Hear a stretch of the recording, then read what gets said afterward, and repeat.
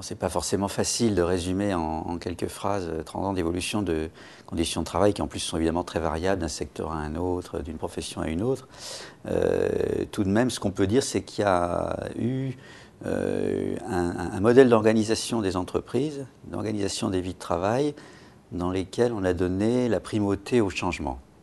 Il y a eu toute une littérature managériale dans les années 90, selon laquelle la bonne entreprise, la bonne organisation quelle qu'elle soit, c'est celle qui change, qui est prête à changer, qui ne reste pas constamment dans le même état. Le bon dirigeant, c'est celui qui regarde l'avenir, qui n'est pas forcément super compétent dans le domaine des équipes qui l'encadrent à un moment donné.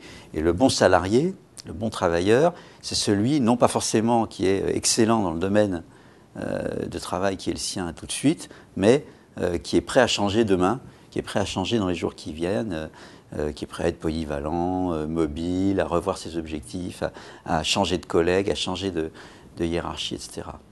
Alors, ceci se traduit par diverses choses. D'abord, oui, une certaine modernisation technologique, dont on aurait pu attendre des bienfaits. Mais évidemment, c'est un petit peu plus contrasté que cela.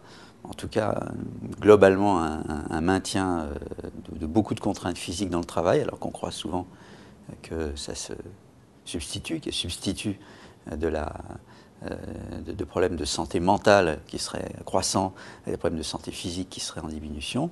Et surtout, un phénomène global d'intensification du travail. L'intensification du travail, on peut la caractériser par le fait qu'il y a de plus en plus de contraintes de formes diverses qui pèsent sur la personne au travail. Elle doit à la fois respecter des normes, des contraintes type assez industrielles, des nombres de choses à faire dans une certaine unité de temps. En même temps, elle doit respecter une demande de clients ou de public ou de malades. Et s'adapter à la variété de cette clientèle-là. Elle doit aussi tenir compte des collègues, pas leur compliquer la vie, leur venir en aide le moment venu. Et tout ça crée des faisceaux de contraintes de plus en plus compliqués qui font qu'une caractéristique majeure en fait dans les évolutions du travail, c'est que de plus en plus de gens se sentent obligés de se dépêcher.